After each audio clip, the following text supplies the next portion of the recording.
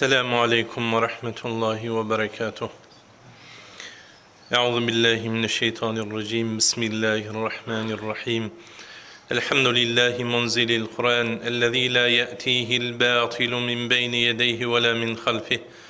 Halikil insan ve mudabbiril ekvan kullu şeyin indehu bimiqdar. Vessalatu vesselamu alel rahmetil muhdat ve ni'metil musdat safveti halqillah Hazreti Muhammedinil Mustafa sallallahu teala aleyhi ve ala alihi ve ashabihi ve ahbabihi ve ansarihi. Neşhedü en la ilahe illallah ve neşhedü enne Muhammeden abduhu ve resuluhu emma ba'd. Aziz ve muhterem Hazreti Muhammed sallallahu teala aleyhi ve sellemin hayır ümmetleri, Huday Tebarek ve Teala'nın hakiki bendeleri, Huday Teala taat ibadetlerinizi öz dergahında kabul etsin ve hayır celesege Huday Teala'nın kelamını eşitmek, manalarından hayırlanmaklığın celesesine gelip dururseniz, Huday Teala kadamlarınıza sansız sevaplar versin, günahlarınıza affu etsin. Bu celesede inşallah Sure-i Enşirah'ın kalan ayetlerini eştirer tefsirini. Huday Tebarek ve Teala 4. ayetinde aydiye elem neşrahın Euzu billahi mineşşeytanirracim ve rafa'na leke zikrak. Bizim peygamberimize minnet hediye, yani senin adını heyvara avazanı yukarı kaldırdık biz diye. Yani Peygamber aleyhisselam aydiye Resulullah 63 yaşında dünyadan gidiyor. Şunun 23 yılını peygamberlik bilen Huday Teala'nın diyeni bolsun deyip, Huday Tebarek ve Teala'nın isleği bolsun deyip canını kaygırmaya. Siz hemişe eşdiğiniz vaazlarda, sirelerde, zindegisinde kulli maddi bernameleri kullen aslen yok. Dünya islahin, dünya köpeldeyin o bernameleri kullen ayırıya. Duruşu Hudayın hıtmetinde oluyor. Hudayın bernamesinde fani oluyor. Hemme gurrunu iyili hidayet edip Huday'a karşıyını akitmek. Şu Hudayın anrı baş, Huday'ı ullamak, Huday'a tazim etmek deyiliyor şuna. Huday Tebarek ve Teala'da Peygamber aleyhisselama diye biz de seni heyvara adını yukarı kaldırdık. Biz hem senin kadrını bildik. Şunun için Huday Tebarek ve Teala Peygamber aleyhisselamın adını kıyamet kopuyunca heyvara adi yerde yatacak değil. Hatta iman getirecek bolsan Huday Teala'nın birliğine şahitlik vermeli, Peygamber'in hem haklığına şahitlik vermeli. Yani adı hemişe ta kıyamet için iman getirecek adamlar Peygamber'in adını hatmen eşhedü enne Muhammeden abduhu ve resuluhu hatmen diymeli, İslam'a girecek bolsan. Bir Müslüman adam dünyadan çıkacak bolsa şunun peygamberliğini kabul edip çıkmasa behişte gitmeye. Ölecek bolanda bir adamın yadına salarlarında kelimesini eşhedü en la ilahe illallah ve eşhedü enne Muhammeden abduhu ve resuluhu. Şunda da ölecek bolanda da şu peygamberin hatmen nemş etmeli, adını yatlamalı. Kabrın içinde hemminiz biliyorsunuz 3 tane sorak var. 3 sorağın birisi peygamberin kim değil ya. Hudayın kim, peygamberin kim, dinin neme. Şu 3 sorak var. Şu kabrda da şu peygamberin adı tutulmalı şu. Ve rafa'na leke zikrak. Senin adını kaldırdık biz. Hiç yatlardan çıkmadı yani. Bir vakit Cibrail ferişte Peygamber aleyhisselamın yanına geldi diye. Şonda peygamberden soradı. Huday Teala diye. Şu Sure-i Elem Neşrah'ta ve rafa'na leke zikrak adını heyvara yukarı kaldırdık diye biliyen mi ne acele senin adını yukarı kaldı? Şunu düşünüyor musunun manisine?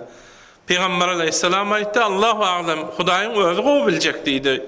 Şonda Cibrail ferişte Hudayın özü bana cevabını dik koyuverdi.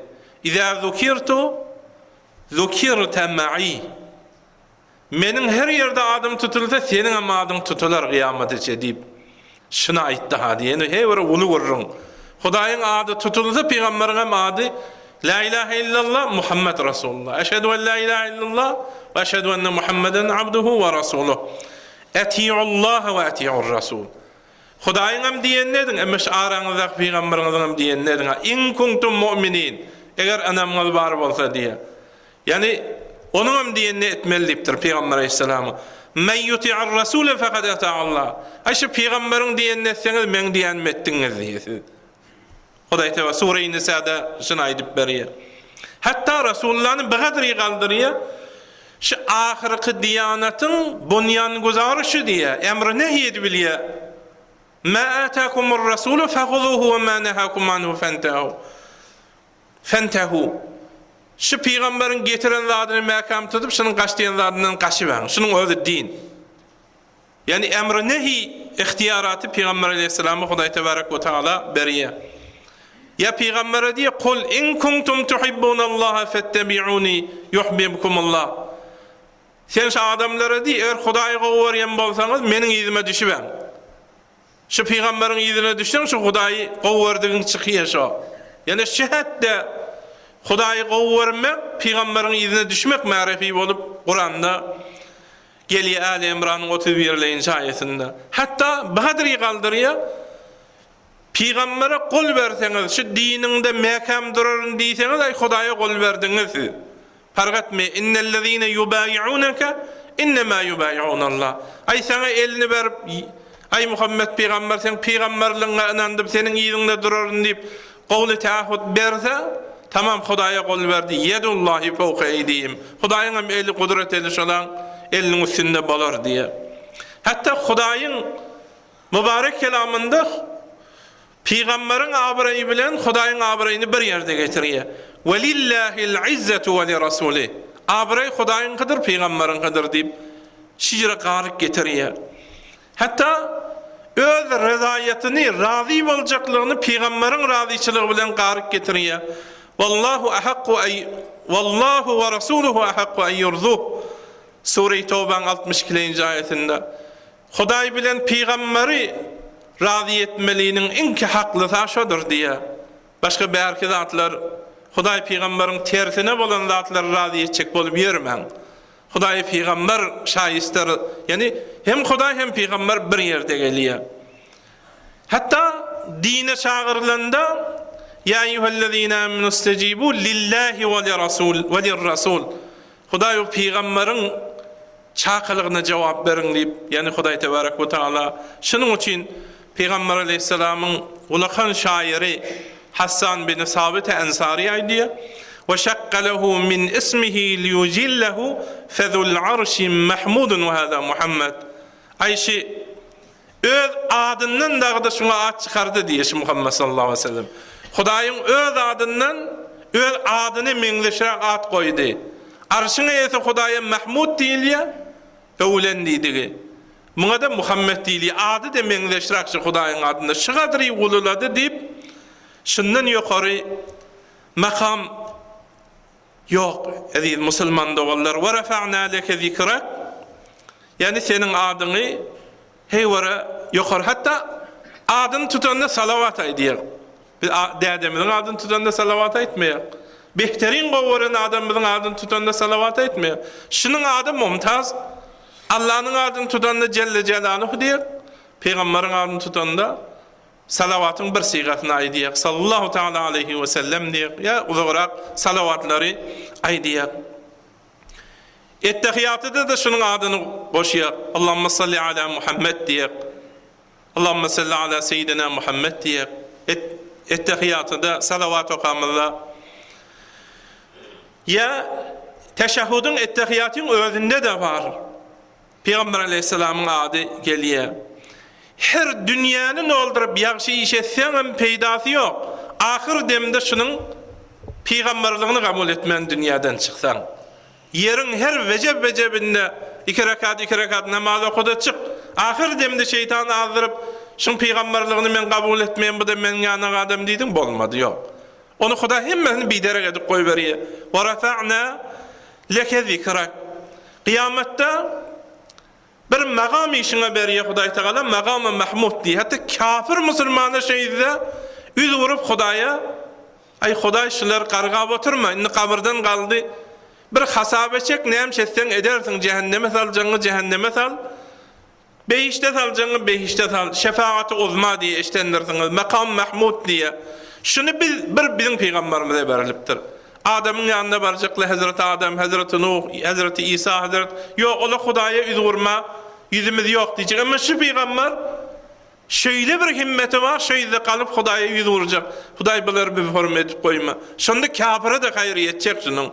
Yani bilakara bila tekliflikten çıkaracak. Geçen kitaplarda şu peygamberin adı gelipdir. Geçen peygamberlere aydıptır Hudaý. Hemmeniz tavşırın ummatınıza. Şimdi Muhammed peygamber dünyaya gelip peygamberlik etse, şoň izine bayet düşmeli. Şu geçen peygamberlerin arasında da şunun gurrunu yatmandır. Hatta arşın sütununda yazıklı diye şu Peygamber Aleyhisselam'ın adı. Yani Peygamber Aleyhisselam'ın bizden bir dile geçipdir. Bizden bir tagazası var Peygamber Aleyhisselam'ın. Şayet bize genirek bolsun. Peygamber Aleyhisselam Hazreti Amr bin As radıyallahu ta'ala anh'ın oğlu Abdullah men eşittim diye Peygamberden. Peygamber ayıttı, şu azan çekenine şunun diyen kelimelerini diyişiyanak diyin. Şu neyme diyse, Allahu Ekber diyse, Allahu Ekber diyin, eşhedü en la ilahe illallah diyse, eşhedü en... Şunun diyen kelimelerini diyin. Ondan azanı bolandan sonra izinden bir salavat okuyun. Salavat hem meniz biliyorsunuz. Şu namazdaki salavatı da okuzanız bolýar. Onun izinden bir rad sizden islegim var ummet dipdir. Sümme silullaha li el-vesile fe inneha menziletun fil cennet. Beýiştiň içinde bir derece var. Beýiştem tabaga. Biz diýek 8 beýiş. 8 beýiştiň içinde de peygamberleriň jaýgasy mumtaz, awliýalaryňky, bilahara bärki mu'minläň öz amalyna wara tapawut edýär. Emma şonuň beşer ýokary derejesi, ay biz diýek bärde hotel çensi tare diyek mesela. Onun kıymetleri, erzişleri yukarı diyek dünyada. Şunun içinde bir vesile diyen bir yeri var, bir makamı. Şun adamın neberesinden birce nefere verilecek şu. Şunu azanın izinden ummet yeke sizden peygamberiniz tagaza ediptir. Şunu ey Hudaýa menin peygamberime ber dip dilemeli bizim vazifemiz şunu. Birce bende verilecek ve arju en ekune ene huve menin umidim var şu bana verilir mi haya diyen diptir bizim peygamberimiz. Femen sa'ale liyel vesile hallet lehu şefa'a ravahu Muslim.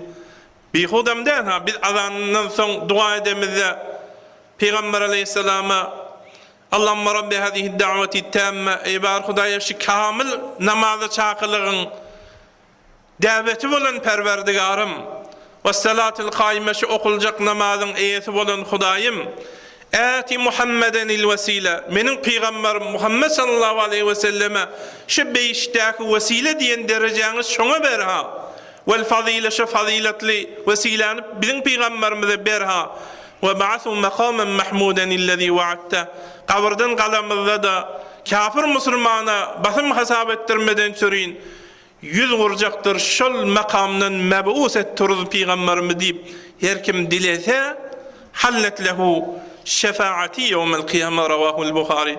Kıyamette şu dünyada siz dilep geçtiğiniz şu vesile makami menem kıyamette sizin günahınızı Hudaýa yüz vurup dilerin. Hudaýa şunun günahını geç deyip aydarın deyiptir Peygamber aleyhissalatu vesselam. Pes ve rafa'na leke zikrak adehi göre yukarı kalan peygamber. Biz dünyada diyek padişahlyk dünýäniň magamynyň iň ýokarysy diyek bir ýurtda. Beýleki magamlar ondan etek. Padişahlar da şu ýurtda haýsy bir hukumet gelse şu peygamberden bäri Khadimul Harameyn Şerifeyn dipdir özüne.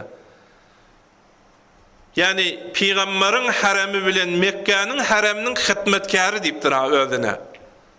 Bir padişah padişahlyk adyna iftihar etmendir. Peygamberin haramının hadimi bolmana iftihar edipdir. Yani nagat bu ulukan insan bolmaly. Padişah şunun etebesine şonun basagasyna, şonun gumuna hizmet etmäni özüne fagr bilipdir. Hadimul Harameyn-i Şerifeyn şoň mübarek rawzasyna hizmet etmäni häzir sahaba bolup ýanynda özüne hizmet etmede. Gidipden şoň mescidini süpürme, şoň mescidiniň imkanatyna ýetişme, şonuň bir hizmetinde diýip şijere fahrlanypdyr.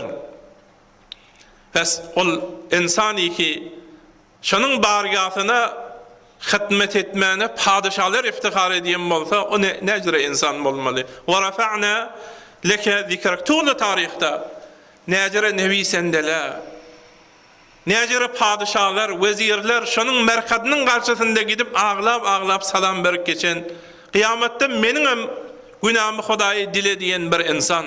Wa rafa'na leke zikrak. 1400 ýyldan gowarak geçipdir.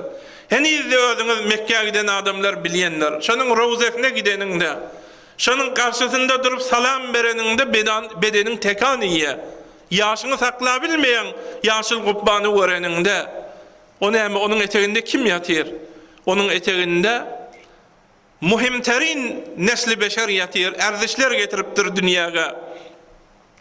Aňrybaş pespälik bilen adamlary cehennemden nejat beren insan ýatyr. Bir wagt bir perişte geldi diye, şu peygamber diye. Ay Muhammed, Hudaý aýtdy, iki zadyň birini intikab et. Ya ihtar nebiyyen meliken, padişah bol, peygamber bol, Süleyman yani. Ya da ev nebiyyen abden, ya da garip kul bol da peygamber bol. Haýsy birini intikab edýän, Hudaý sana berjek diýdi. Şu sualy etdi peygamber, Hudaý meni iberdi diýen perişte. O perişte özü bana himayet etdi cevapta. Şeyletti. Yani pesbel bol diýdi. Pesbel bol diýdi, jawabı aldı Peygamber Aleyhisselam. Onda diýdi, peygamber bolup garip kul bolayın, bir gün karnım aç, bir gün karnım tok bolsa bolar diýdi. Peygamber Aleyhisselam. Yani şijere bir pesbel peygamber. Hudaý tebarek we taala da iki imtiyazy maňa berdi diýe. Kıyamatda yer ýarlyp kabirden galmaly bolany evvelin kabirden çykjak men. Şonda kellami bir de evvelin Hudaýa haýyş edip yüz vurjagam men evvelin bar. Başka hiç şu iki imtiyazda evvelin bar. Bir hadis aýdanyşy. Şonda wersem Musa peygamber arşdan atylyp duranyny werjek men diýipdir. Men bilmedim. Musa peygamber awwalky sur çalynanda ölüp ikileyinci sur çalynanda can gelip arşa yapışdymyka, ya dünyada Tur dağına çykanda bir Hudaý tecelli edende Hudaý nuruny tämmül edibilmän ýykyldy, ya şonuň derekli kıyamatda surun sesine yıkılmadan Hudaý sakladymyka, onu men bilmedim diýdi Peygamber Aleyhisselam. Men tevaza rafa'ullah. Her kim pesbel bolsa Hudaý onu ýokary galdyr. Hatta Peygamber Aleyhisselam riwayetlerde gelýär. Bir pişige su vermeden çirin mübarek ömrüni telef ederdi. Mübarek eller bilen bir gaby şeýle garatyny galdyryp şu heýwan su içtinýärdi. Şäzemeti var. Beli o heýwanda pesbelliginden galaba ağladı. Bir denane geldi ya Rasulullah. Meni adamym aldı. Yaşım kiçik wagtynda welilem, hosarlam jüftläpdir, beripdir. Indi yaşım uly boldy. Men bir baýhana wadadandım, hewara serwetmendim. İýilli gullidim. Indi ol baýlyk bizden aýryldy. İýilim günümem bu wagt bir düzgünü onjara däl. Indi de meni kowda goýberdi. Indi çagalam bar. Çagalam eger onun eline bersem aýyp boljak. Öz ýanymda saklaýyn diýsem, hiç zadym ýok. Ya Rasulullah diýende Peygamber Aleyhisselam ağladı. Bir jere dertlere ağlap geçen peygamber. Men peygamber diýip halkyň gurruny dinlemeýän insan däldi. Peygamber Aleyhisselam Hudaýa gitjek bolsaň bir kapy şondan gitmeseň bolmaýar. Miras ýejesinde 124.000 ila 224.000 adly köplü peýgamberi Hudaý diýreldip, şunyň ýerinde bir iki rekat namaz okutdurdy. Wa rafa'na leke zikrak. Edi musulman dogan. Her bir musulmanyň şu aýalardan bir sähmi var. Kur'an-ı Kerim peygambere inipdir. Her musulmanyň şundan sähmi bar. Peygamberiň sähmişi biziň sähmimiz näme? Sende her magdar peygamberiň 23 ýyl ömründe eden kadırly işlerinden näme magdar etseň seniň hem erdişiň şonça galar Hudaýyň ýanynda. Hudaýdan gurrun berseň, Hudaýy dernazar alsaň ýaşaýyşyňda, aglyňdan çykan Hudaýyň ady bolsa, peýgamberiň ady bolsa, peýgamberiň ahlaklary bolsa, imandan gurrun berseň, imanyny güýçlendirseň, şo magdar erdişiň galar. Wa rafa'na leke zikrak bolarsyň. Peýgamber aleyhissalam şunun barasynda bir zat aýdy. Evvelin gidip beýişdiň gapasyny açjak men. Şu aşak bolanımda kaptalımdan bir heleyem turup yani men ilki girecek deyip dehalet eder. Şonda men diyecek be Cibrail bu kim ay be heley? Vaganem acip. Hazreti Muhammed Peygamber sallallahu aleyhi ve sellem yani tamamı enbiyaların imamına gelip bir tane zenane de gelip yok men ilki girecek diye o heley kimmiş? O tarihte bir zenana nemune bir zenana, şirin anak zenana bolanlar hemmesinin şudagar jaýgaty bar. Ol eğer ölüpdir, eğerden bir neçe çağa galypdyr. Çağa galanda ay çağacıklam ekan dökan bolup dargamasyn, eğerimin ojagyny saklap şu çağalamy ululdaýyn diýip ömrüni şu çağalaryna tebah edipdir. Öde pak damen o iffetini riayet edipdir. Ey Muhammed Peygamber sallallahu aleyhi ve sellem şeheley şojure heley deyip aydar diye. Yani pedakari edipdir, himmetli durupdir, refat, bilentlik kazanıptır. Hatta beýişde bizim Peygamberimizden öňe ýeresi gelýär. Şijir tamasy bar Hudaýdan. Waganem şeýle. Yani her näme migdar erdiş kazansaň kıyamatda şo dagar ýüzüň bar. Her musulman erkeğin zenanan şayeden sehmi var. Wa rafa'na leke zikrak. Adyny galdyrdy qewara. Hudaý tebarek we taala peýgamberiň adyny jamaada bizdiýek ýagşy adam gowy. Ay birini tahqiq edýek näjir adam? Ay gowy diýsele bizim gowy berýek muamalalarymyzda, beýleki muaşeratlarymyzda gyzalyp berjek bolsaň gowy diýsele ýylyň öwmegi bir gowy. İbrahim peýgamberim diläpdir Rabbi ja'alli lisane sidqin fil ahirin. Ey Perverdigar, ýylimde ýagşy atgaly bolsun. Ulamalar diýär el-sinatul halq aqlamul haq. Ýylyň dili Hudaýyň kalamy, ýylagly keramet diýe türkmen. Hatta rawayetlerde gelýär, bir öle ýagşy diýip berse ýyl Hudaýyň ýanynda ýagşy beýişdiýen bolar. Ay yaman teleke daýmadan öldü ýok boldy diýip berse bir sebep bolar. Teleke bolmaly hukman şo teleke diýerler cehennemi bolmagyna diýip ýöne ýagşy riýadan jyrin bolmaly däl. Peygamber aleyhissalam Sahih Müslimde bir hadis rivayet bolýar. Bir adamy görseň ýagşy iş edýär dünýäde, namaz okuýar, ýyly himayeti etýär. Adamlarym şonu öwü berse tilke acilu büşrel mu'min rawahu Muslim. Haýşa beýişdiň muşdylygydyr haşa. Şu dünýäde ýagşy ady çykyp berse Peygambere ýankyanyk bir nisbetlerde öwlen peygambere munasip bolup berse, öwli berse, aýşa kıyamatda da Hudaý tebarek we taala şonu betnam etmese gerek. Onun için Mahtum Mulişan aýdy, kerem etsen qadir Allah dünýälikde adislerin tälim okuda galmış, bir açılmış bahdislerin dip aýdy. Hatta munyň dogry ýol bilen dogry ýyle haýr ýetirip özü bir gowa adam bolup hatta iyil öweninde munyň rişesini Peygamber aleyhissalam hatta asmandan bilýär. Bir adamy yerin üzünde iyil adagladyp gowy berjek bolsa Hudaý Jibrail çagyrar, ay Jibrail men şu falan adamy gowy berýän. Otaň Jibrailam gowy berer. Otaň dünýäniň asmanyň periştelerine gygyrar. Hudaý tebarek we taala plan adamy gowy berýär, sizem gowy bermeli. Şonuň bilen ýerde şoňa arzyş goýlar, şu namazxana, şol hayrandişe, şu hayra, şol iyile una hayrla, iyile mulayim bolmana, asmandan şonun rişesi. Bereksi de sadık. Yaman varsa Hudaýyň özünden düşer, periştelerin özünden düşer, ondan ilin özünden düşer diye. Hatta yaxşılan adını tutanında Hazreti Sufyan bin Uyeyne diyen ulakan evliya diye Hudaýyň rahmety şu ýere gerer. Inde zikrus salihin tenzilir rahma. Şu yaxşı adamlar adını tutanında celbe rahmet bolar. Özi yaxşılık bilen geçende. Hatta Hazreti Cibril bir gün Peygamber Aleyhisselam'ın yanına geldi. Ya Muhammed eblig sahibeke Ebu Bekir'in ennallaha razin anhu. Ebu Bekir di Hudaýa şondan razı. Şondan sonra Ebu Bekir'im Hudaýdan razı mı? Bu nagat magam be. Hudaýa şondan razı. Bu da Hudaýdan razı mı? Takdiri sernebişti ki başına geliyor. Bu insan enbiyalardan soň birinci insan diyek biz Hazreti Ebu Bekir'e.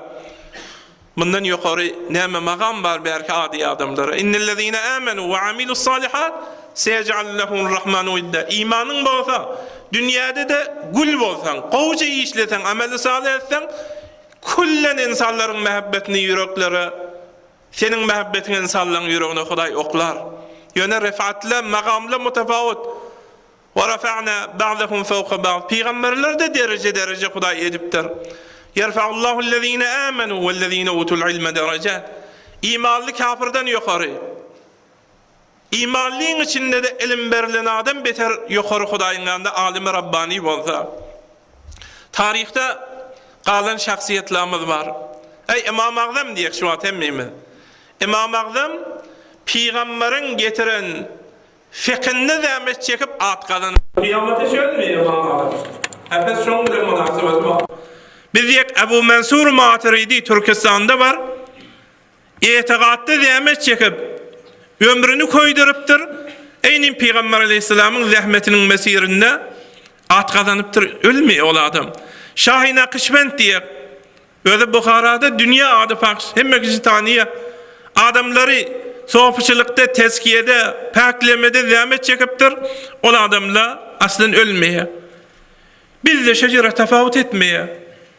Her kim Peygamberin eden erzişlerinden bir erzişte talaş etse, iki erzişte, 10 erzişte şonun bilen badavam bolar, ölmez. Cesedi dünyadan çyksa da ölmez. Hudaýyň Peygamberin ahlakı bilen ahlaklansa, hatta maddiyat, bakiyat-ı salihat diye bir kerpiçi getirip mescidin divarında koysan ölmeýär. Budam Hudaýyň öýü bolýar. Sadaka-y cariye diye bula erziş fazilet ali Hudaýa Peygambere nisbet berilende hafizatur rafi'a. Şu Hudaý peteldi ben bilýär, kaldyry ben bilýär. Ýöne ýoluny görk edip goýupdyr. Her senin kudretini bize beripdir. Indi özümüz haýsy berine gitsek gidip bermeli. Öňümizde geçen ýok bu dünýäde. Mevlana Celaleddin Rumi bir mesele aýdy. Bir wagt Hazreti İsa bir yere gidende bir nefer ay menem yoldaş boljak diýip gapdyldan tapyldy diýe bir keçpekirrek adam bolmaly. Oson bir yere aýetende Hazreti İsa hemmeňiz bilýäňiz ölüň diýreldi. Bir Hudaý kudreti beripdir, bir ismi azamy beripdir, şoň bilen ölüň diýreldi. Şonda bir yere aýetlerinde bir çukurda süň ýatyr, ay men bilen İsa näme hiç kim ýok ki. Halan işime Hazreti İsa etdirer. Ay Hazreti İsa diýdi, şu ölüň diýrelden adyňy maňa öwretdi, men şu süňler diýrelçek diýdi. Hazreti İsa bir döwlet, bu seniň işiň däl. Hey, wara bir pak bolmaly. Her kim agzyndan çykany bilen bolmaýar. Ay usyk bolany bilen Süleyman peýgamberiň eli gerek. Ta o dünýä hukm etjek bolsa o usyk. Asa bolany bilen asa ejderha bolmaýar. Musa peýgamberiň eli gerek ta ol asany oklamaly, ejderha bolmaly. Ol senin işiň däl diýdi. Ay ýalvardy, ýapyşdy. Onda Hazreti İsa Hudaýa diýdi. Goft İsa ya Rabbin esrar çiz, meylin ableh derin bigar çiz. Mujdi murdi khudra raha karde ast, o murdi bigane raju yetrafu. Ey Hudaý, bu betbahyň ýüregine näme muny saldyň? Meýi ölüp barýaşy süňkü diýrelden süňkü özü ölüp etbak. Özü kafir bolmaly. Ö kafir ölü diýe kullen. Yani İslam'ın, Kur'an'ın lehninde enbiyaların kelimelerini ölü diye. Bu özünü diýreltmeli peýgamberiň ýanynda, ol ýatan başga ölüni näme diýreltjek bolýar? Näme munyň ýüregine Hudaýa muny okladyň? Şey diýdi, ahir Hazreti İsa oňa öwretmedi, ejazat ýok, özü diýrel diýdi. Ay diýrelenden bir o da bir ulu bir şiir boldy çykdy, adamam demiş. Şiir ay jana gelenden şunun meýnisini boşatdy, vurdu diýe atyl ýany çürük hal ýany edip oklady diýe. Ondan Mevlana bir mesal alýa. Nefsini, hotperestliğini, gururuny, pisgiliňi diýreldiýen bu seni iyi şiir ýany. Seni näme diýer? Cehenneme diýer. İýen zady sen diýreldiýen. Senin gudratyňda, tabanyňda bar. Sen düşmanyň näme diýreldiýen? Sen näme şeytanyň çyrasyna ýağ goýýan? Sen periştän ýüz gara diýen. Amel defterini gara diýen. Hudaýyň ýanynda betnam bolýan. Näme olary keçeldip özüňi iýjek tebah etjek zadyny pest etjek zady, etegi indirjek zady sen diýreldiýen. Sen özüň kaldyrjak zady diýreltip Mevlana mesal berýär. Öz elimizde ýöne özümüz temmel. وَلَوْ شِئْنَا لَرَفَعْنَاهُ وَرَفَعْنَا لَكَ ذِكْرَكَ. Özüň eradede bograsaň biz seni kaldyryp bilýär.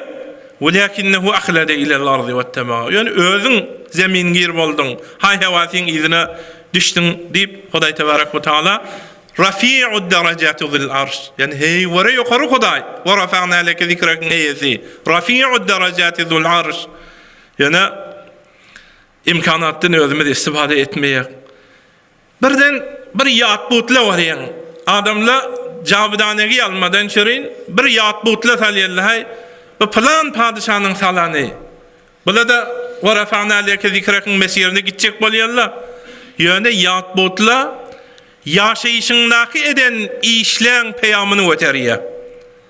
Zalim bolup ýaşasaň, zulmin şikenjesinden adamlary berdedariye çekip ehram-ı selasete salsaň, aýynda da nifrin diýär. Ay bu bagty ýatmış, galaba adamlar muň eteginde ölüp duraw diýär. Emma birdenem wary Qubbe-i Hazrany Medine gidende aglaýar. Peygamberi vermendirim, oturuşmandirim. Yani şonun gurrunlaryny işdiýär, ol adam onun ýatbudy bir yüreklere, diline düşmeýän insanlarda aglaýar. Atatürk'ün ölen ýerinden geçýän İstanbulda. Iki tane serbazy müjesseme ýanyna edip goýupdyr. Ölüsi de adamymyz aýmyş onuň. Nefrin bar Atatürk diýe. Ölü Behterin nizama yıkıptır. Indi de gelipdir, ölünden sonra yine de gelipdirler. Mücesseme yani yanında adam koyupdirler, iki neferin ömrü telef oluyor.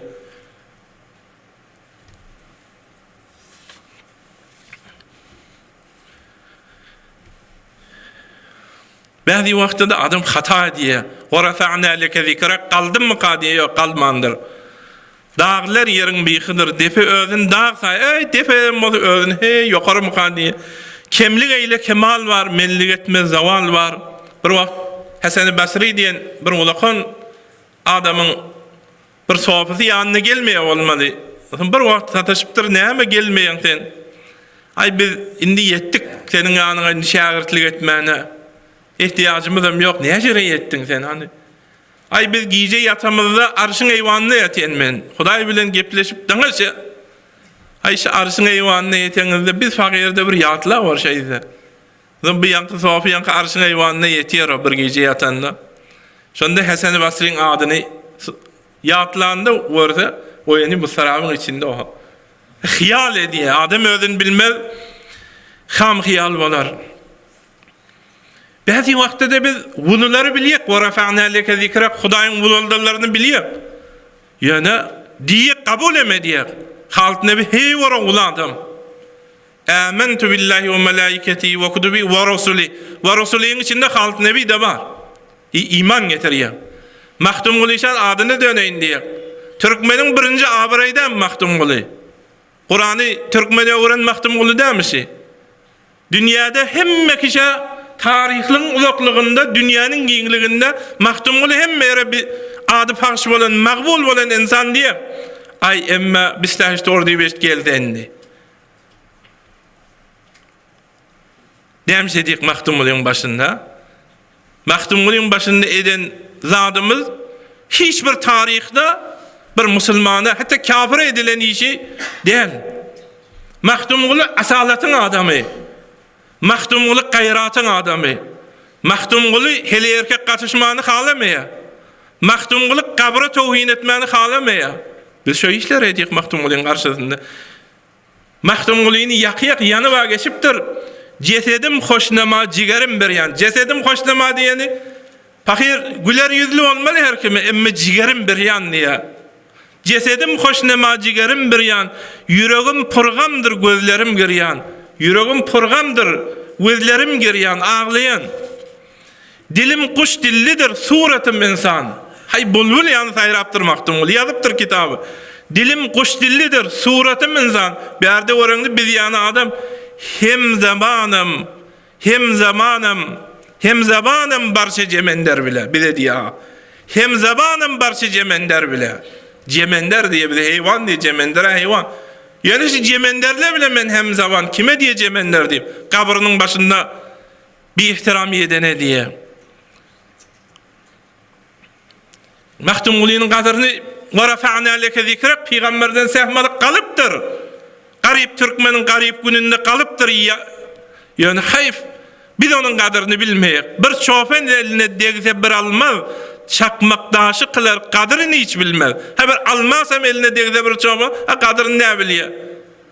Ay onu yani gayrakdaşı yani iyi gelemeden şirine diye. Mahtumul'un üstünde pa tefriga biliyor onu. Harbeslen tezcige düşse şalıgat polon çeker sürer kadrini hiç bilmez. Hay şalıgat eline düşse de bir tezcigin hay onu yani polon bağlap üstüne berkin emelem kadiye.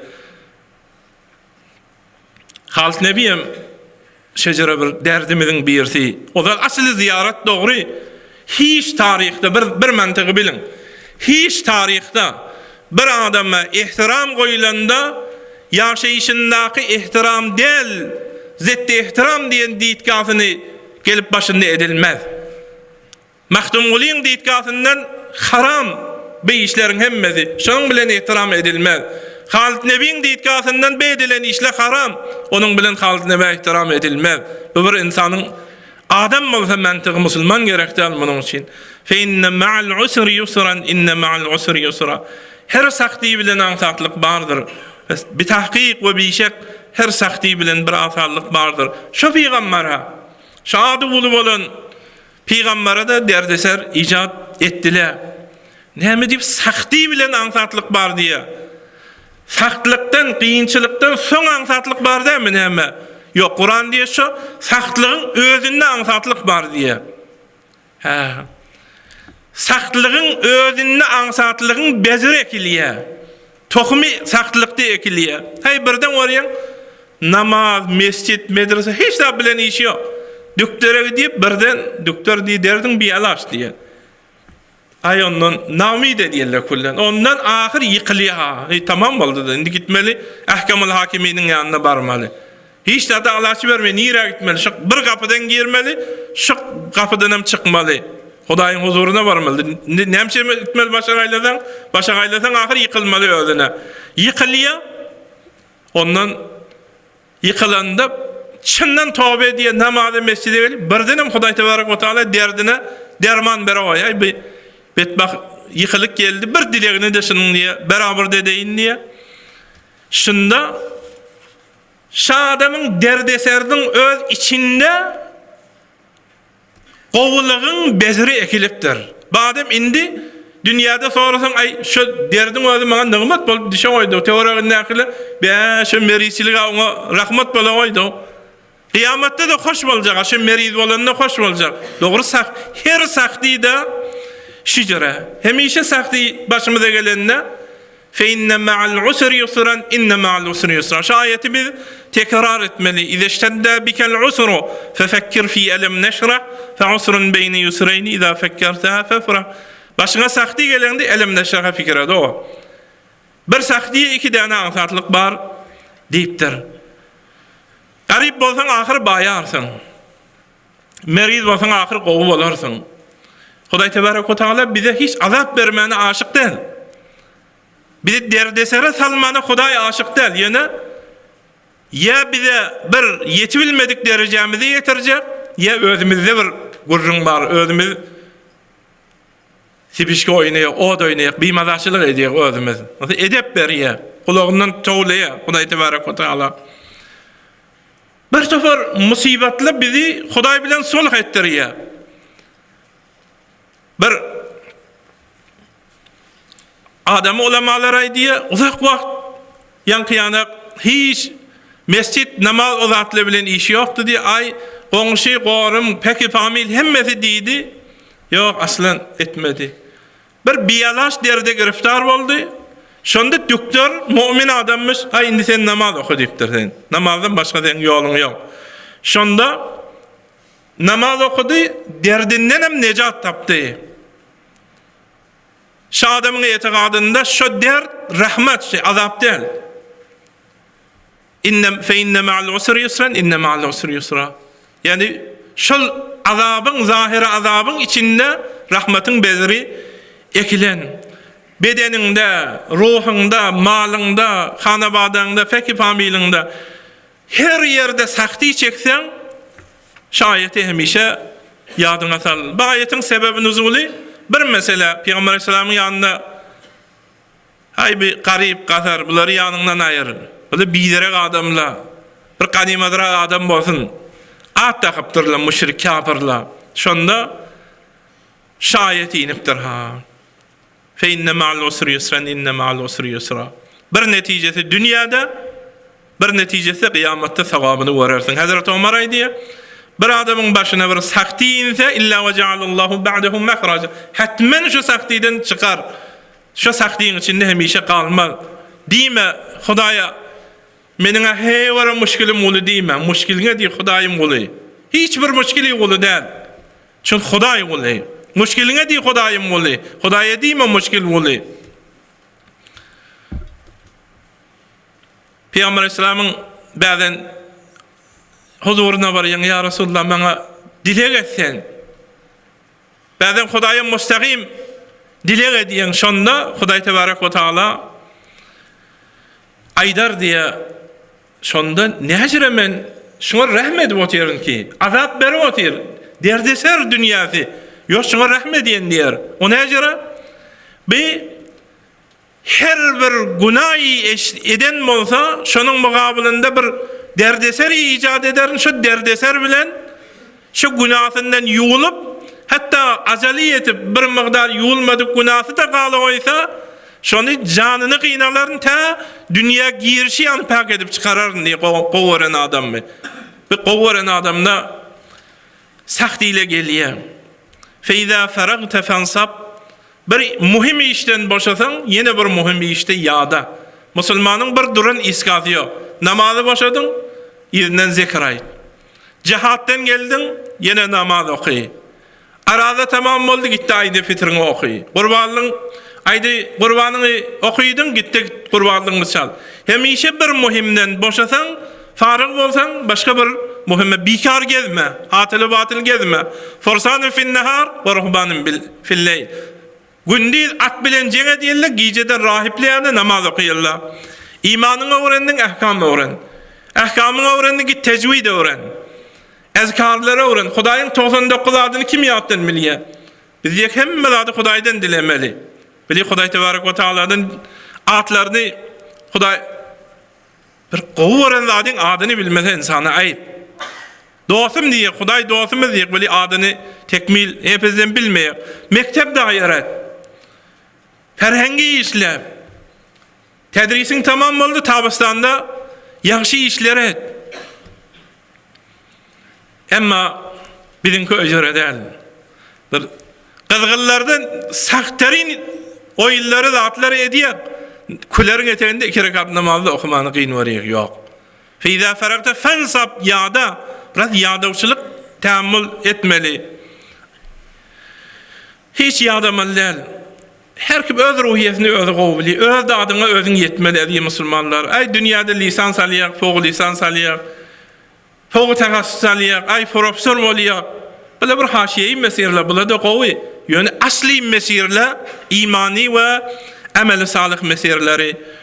Bir soğan yani yönü qabık bolup dünyadan çıka olmalı. Sevut yani meyvesiz bolup çıka olmalı. Hiç haberdar bolmalı. Bir vakt Gazi Şureyh diyen bir gazi bir yerden geçip bar yetti, bir iki nefer uğraş edip oturan olmalı. Bir neferim tomaşa edip oturan olmalı. Ondan o tomaşa edip oturanda diptir feyda faragta fensab. Kur'an'da aydıptır bir işten boldun yine bir işe meşgul bol. Durma yok. Müslümanı iska yok. Ne mi durup durdun? Hay bizim köylerde. 2 saat işletek bir gün istirahat etmeli yok o yerde. Fevren mutala etmeli. Öz bedenin, ruhin keşişine vara edivermeli. Hazreti Ömer radıyallahu teala anh diye inni la akrahu en rahadakum farigan sebahlula. Hi vara yigrenen halam anladım. Sizin dünyada peyda vermen, kıyamete de peyda vermen, biderek gelip görmekliğinde hey vara men qahrım geliyen zat tiptir. Atıl batıl ömrünü telef etmek biderek zat. Ve ila rabbike fargab, Hudaýyňa da regbet et. Perwerdigaryňa we ila rabbike perwerdigaryňa idanyňa fargab hewaz et. Diýelle danışmentler bir gün ertiden akşama bir salym adamyň bedeninden çıkan kızgın 40 litre suwuk gaýnadyp bilýär diýär. Nahar suwuny da gaýnadyp biljek. Täre suwuny da kışta gaýnadyp biljek. Suwa düşür 2 galon suwuk gaýnady diýär. Şayet bir vesile becerdisin şu enerjini zahir edip bizim öz derdimizi yaratsın. Täre suwumuzy öz heraretimiz bilen gyzdyrdyk. Naharymyzy şoň bilen hemme zatymyzy we ila rabbike fargab. Şijre imkanatly bar. Senin öz vücudunda Hudaý tebarek we taala şoňa regbet et. Biz hemmemiz hewasymyz ay bir yerde bir deňduşymyz bilen gow gepimizi alışsa şoňa yetinçe howlugy ýakşoň bilen oturuşmany hewas edýär. Gepimiz alışýar. Ya bir yerde bir dünýä peýdamyz bolsa halkdan sepin birinci adamı boljak bolýar. Ya bazı yerlerde manevi peýdalarymyz bolsa şowklanýak imanymyz bolsa, emma Hudaýyň edip galanda şu ganun tafawut edýär.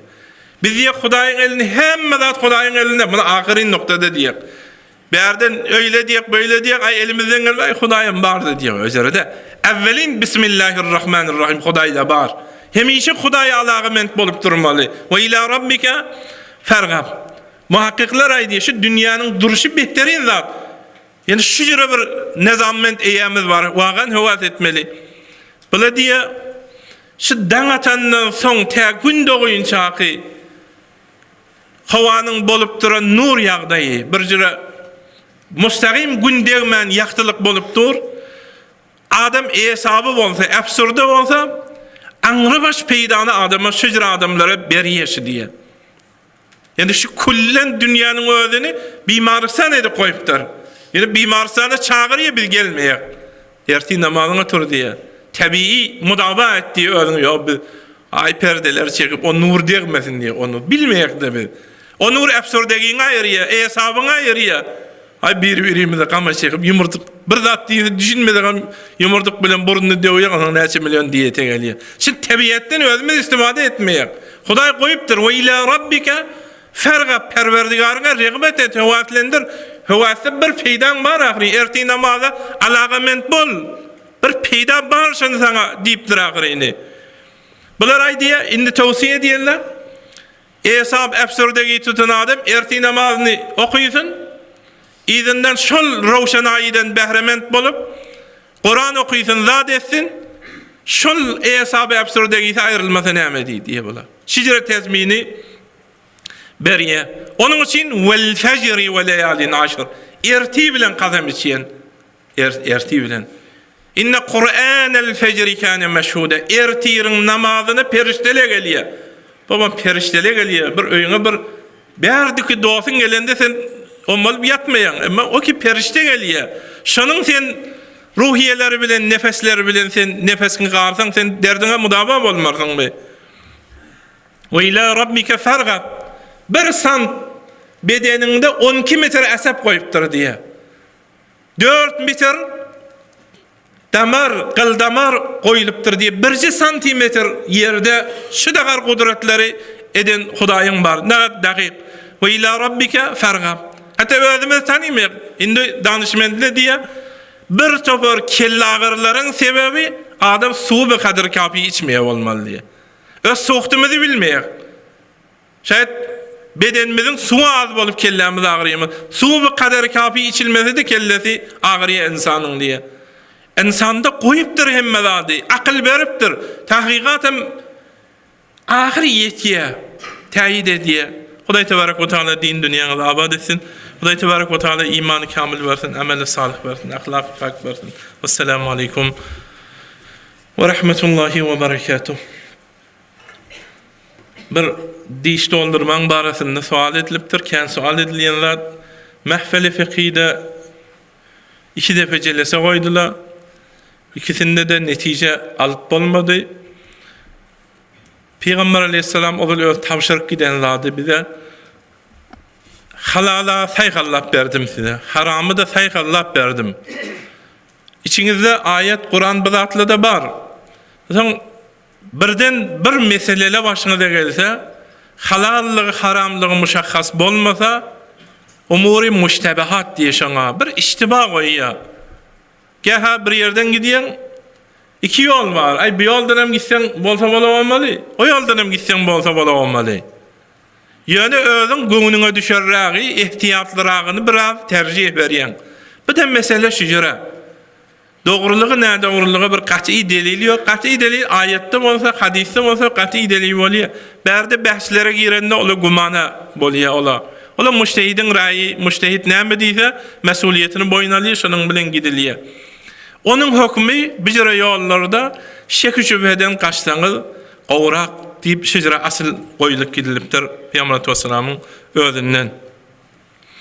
Sözüň soňunda bir taqdir teşekkürleri mahfilden öňünçe elhamdülillah oglanlar her hunermend özüniň işi, huneri, maly jany bilen kullen zähmet çekdiler şu mescide, howza geç karla, bennala, lüle çekelle bile harap bark çekelle karşı karla beyleki boton zat edelle bunlar hersi bile hara